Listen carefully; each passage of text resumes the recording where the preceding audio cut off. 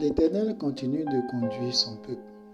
Après l'avoir nourri de manne et de cailles, le Seigneur le conduit d'étape en étape et il fait quitter son peuple du désert de Sin jusqu'à Rephidim où ils vont camper.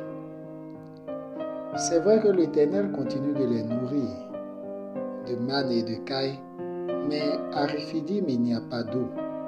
Cela va plonger les fils d'Israël dans un mécontentement et ils vont s'irriter contre Moïse car ils ont besoin d'eau, ils ont soif.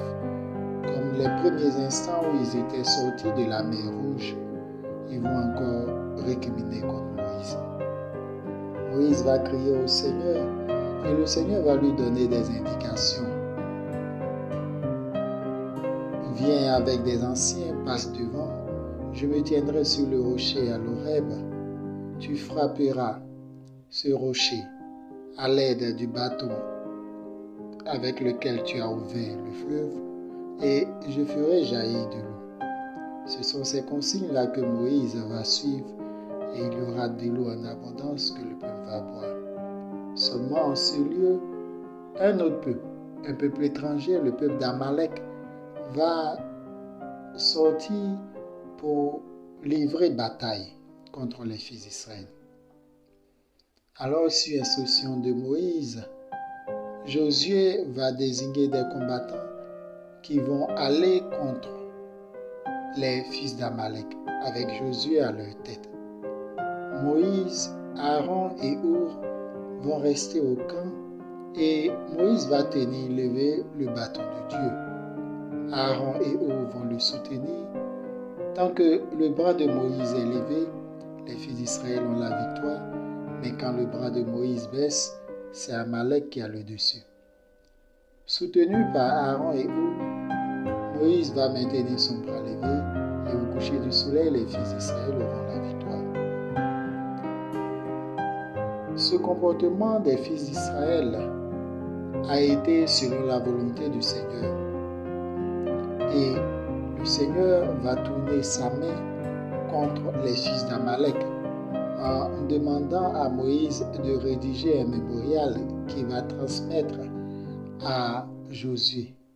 Car le Seigneur dit, j'effacerai la mémoire d'Amalek, je l'effacerai de sous le ciel. En ce lieu même, Moïse décida de bâtir un autel qui aura pour nom le Seigneur mon étendard. Car Moïse croit que comme une main s'est levée contre eux, la main du Seigneur également s'est levée contre tous leurs ennemis et Amalek sera en guerre contre le Seigneur d'âge en âge. Le Seigneur fait toujours les choses selon son plan. D'étape en étape, il conduit chacun de nous. Souvent, nous sommes pressés, nous voulons que les choses viennent maintenant, nous avons besoin de tout de suite et maintenant. Mais quand nous prions le Seigneur sait exactement par quel chemin nous devons passer. Il sait où se trouve ce que nous avons demandé. Il sait quand doit s'accomplir la promesse qu'il a annoncée sur notre vie. Le Seigneur connaît tous les pièges de l'ennemi. Il connaît les embûches, les fossés qu'ils ont creusés sur le chemin. Le Seigneur sait là où il va pleuvoir. Il sait là où le coin sera ensoleillé. Alors, nous, ce que nous devons faire, c'est obéir au Seigneur et suivre sa volonté.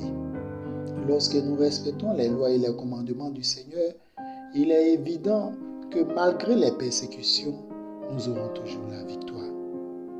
Regardons les fils d'Israël, des gens qui ne sont même pas des guerriers. Voici que le peuple d'Amalek sort contre eux et le Seigneur leur accorde la victoire.